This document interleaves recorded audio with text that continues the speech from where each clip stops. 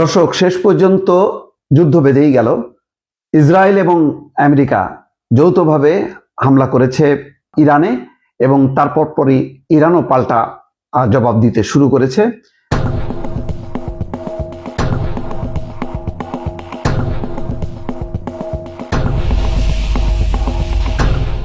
যখন আপনাদের সঙ্গে কথা বলছি তখন বাংলাদেশ সময় 3টা 9 মিনিট, আরো 1 ঘন্টা আগে এই যুদ্ধ শুরু হয়েছে, পাল্টাপাল্টি হামলা চলছে। এই মুহূর্তের সর্বশেষ কয়েকটি শিরোনাম যদি আপনাদেরকে বলি তাহলে বুঝতে পারবেন যুদ্ধের ভয়াবহতা কেমন। কাতার এবং বাহরাইনে মার্কিনদের সতর্ক থাকার নির্দেশ যুক্তরাষ্ট্রের।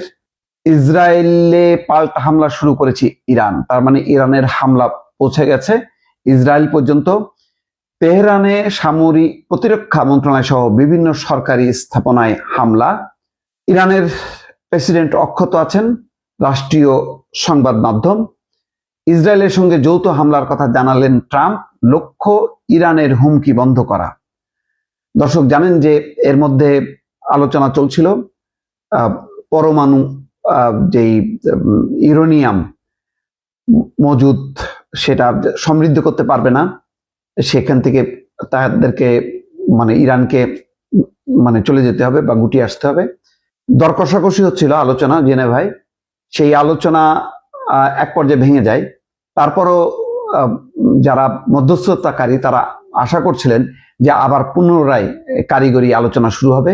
ইরানও বলছিল যে তারা আলোচনার মাধ্যমেই সমস্যার সমাধান করতে চান। কিন্তু শেষ পর্যন্ত যেহেতু কয়েকদিনের আলোচনা ভেঙে গেছে, তখনই বোঝা যাচ্ছিল যে আমেরিকা হামলা চালাবে। ইসরায়েলে অবস্থান করা মার্কিনীদেরকে তারা যখন সরিয়েছে তখনই পরিষ্কার হয়ে যায় যে যেহেতু যুদ্ধ শুরু হবে, ইরান হামলা করবে ইসরায়েলে, যাতে মার্কিন নাগরিকরা ক্ষতিগ্রস্ত না হয় সেজন্য তাদেরকে সরিয়ে নিয়েছে।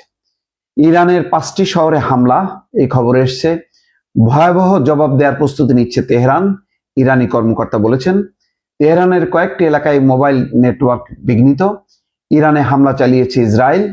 প্রতিরক্ষা মন্ত্রী অর্থাৎ ইসরায়েলের প্রতিরক্ষা মন্ত্রীও ঘোষণা করেছেন যে হামলা হচ্ছে। ইসরায়েলের সঙ্গে যুক্তরাষ্ট্রও ইরানে হামলা চালিয়েছে, মার্কিন কর্মকর্তা। তার মানে যৌথ হামলা ইসরায়েল এবং আমেরিকার। ইরানের পুরো আকাশসীমা বন্ধের ঘোষণা। খামেনি তেহরানে নেই, নিরাপদ স্থানে সরে গেছেন, রয়টার্স বলছে। তেহরানের উত্তর এবং পূর্বে শক্তিশালী বিস্ফোরণ। যুদ্ধের দামামা বেজে গেল, তার মানে একটা অস্থিরতা নিশ্চিত। এবং এর মধ্যেই রহস্যজনকভাবে আফগানিস্তানের সাথে পাকিস্তান যুদ্ধে জড়ালো, যাতে তেহরানকে আফগানিস্তান সাপোর্ট করতে না পারে। নতুবা হঠাৎ করে কেন এই যুদ্ধ, এটাও এখন প্রশ্ন। দর্শক, নিশ্চয়ই আরো খবরাখবর নিয়ে আপনাদের সাথেই থাকবো।